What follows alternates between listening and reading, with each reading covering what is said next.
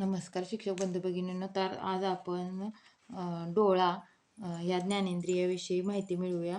तर बघा, ज्ञानेंद्रिय म्हणजे काय, तर ज्या इंद्रियांच्या मदतीने आपल्याला आजूबाजूच्या परिस्थितीची जाणीव होते त्याला आपण ज्ञानेंद्रिय म्हणतात. तर आपली ज्ञानेंद्रिय किती आहे ती, तर डोळे, कान, नाक, जीभ आणि त्वचा अशी 5 ज्ञानेंद्रिय आहेत. आणि त्यापैकी आपण डोळा या ज्ञानेंद्रियाविषयी माहिती पाहूया. पहा, मानवी डोळा म्हणजे एक बहिर्वक्र भिंगच आहे आणि डोळ्याचे प्रमुख 4 भाग पडतात बघा. कुठले कुठले आहेत? पारपटल, बुबुळ, डोळ्याची बाहुली आणि नेत्रीय भिंग. तर बुबुळाचा व्यास हा आपल्या 2.3 सेंटीमीटर व्यास असतो. तर आपल्याला हे MCQ ला विचारलं जाऊ शकतं. तर बुबुळाचा व्यास किती असतो? 2.3 सेंटीमीटर असतो. आता पारपटल म्हणजे काय, तर मानवी डोळ्यावर अत्यंत पातळ असं जे पारदर्शक पटल असतं त्यास काय म्हणलं जातं? पारपटल म्हणलं जातं.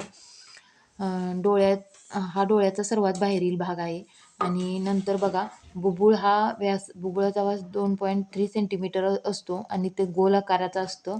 म्हणजेच त्याचा व्यास असतो वर्तुळाला व्यास असतो ना, मग तो 2.3 सेंटीमीटर व्यास बुबुळाचा असतो.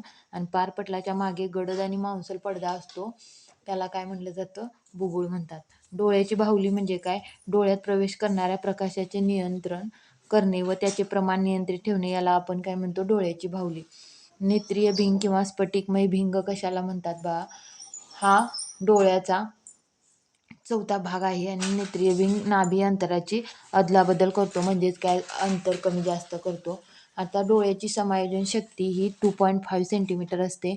म्हणजेच ॲडजस्टेबल पॉवर ऑफ आय किती आहे, तर 2.5 सेंटीमीटर आहे. त्यालाच नाभी अंतरात आवश्यकतेनुसार बदल करण्याच्या डोळ्यातील भिंगाच्या क्षमतेला काय म्हणतो, तर समायोजन शक्ती असे म्हणतात. आणि सुस्पष्ट दृष्टीचे डोळ्यातील भिंगाचे नाभी अंतर म्हणजेच ॲडजस्टंट पॉवर ऑफ आय किती आहे, 2.5 सेंटीमीटर आहे. हा एक IMP MCQ आहे. तर हा एक IMP MCQ आहे. ॲडजस्टंट पॉवर ऑफ आय किती आहे, तर 2.5 सेंटीमीटर आहे. विभिन्न अंतरावरील वस्तूच्या प्रतिमा नेत्रपटलावर तयार होण्यासाठी स्वतःचे समायोजन स्वतःच करून नेत्रपटलाची नाभी अंतर बदलण्याची डोळ्याची जी नैसर्गिक प्रवृत्ती असते त्यास काय म्हटलं जातं, तर डोळ्याची समायोजन शक्ती असं म्हटलं जातं. निरोगी डोळ्यासाठी डोळ्यातील स्नायू शिथिल असताना डोळ्याचे नाभी अंतर 2.5 सेंटीमीटर असते. या स्थितीत निरोगी डोळ्यापासून अनंत अंतरावर असणाऱ्या वस्तूच्या अचूक प्रतिमा मिळू शकतात.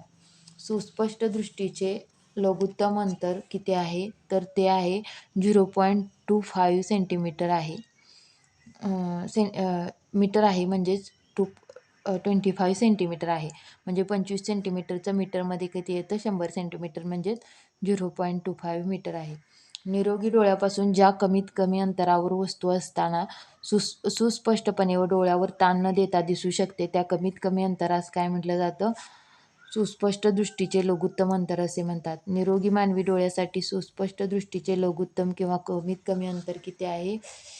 25 सेंटीमीटर किंवा 0.25 मीटर एवढे असते. सुस्पष्ट दृष्टीचे लघुत्तम अंतर D या अक्षराने दर्शवले जाते. D किती आहे, तर किती आहे? 25 सेंटीमीटर आहे. D किती आहे? 25 सेंटीमीटर. सुस्पष्ट दृष्टीचे लघुत्तम अंतर म्हणजेच किती आहे? D म्हणजेच 25 सेंटीमीटर आहे, म्हणजे 0.25 मीटर. आता दृष्टी सातत्य म्हणजे काय, तर डोळ्याच्या दृष्टीपटलावर संवेदना टिकणे या परिणामास काय म्हटलं जातं? दृष्टी सातत्य असे म्हटलं जातं.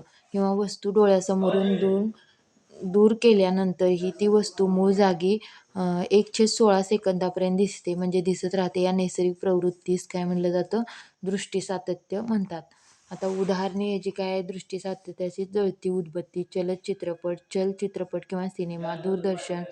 जळती उदबत्ती वेगाने वर्तुळाकार फिरवल्यास आपणास दृष्टी सातत्य या गुणधर्माने लाल वर्तुळ दिसते. थँक्यू.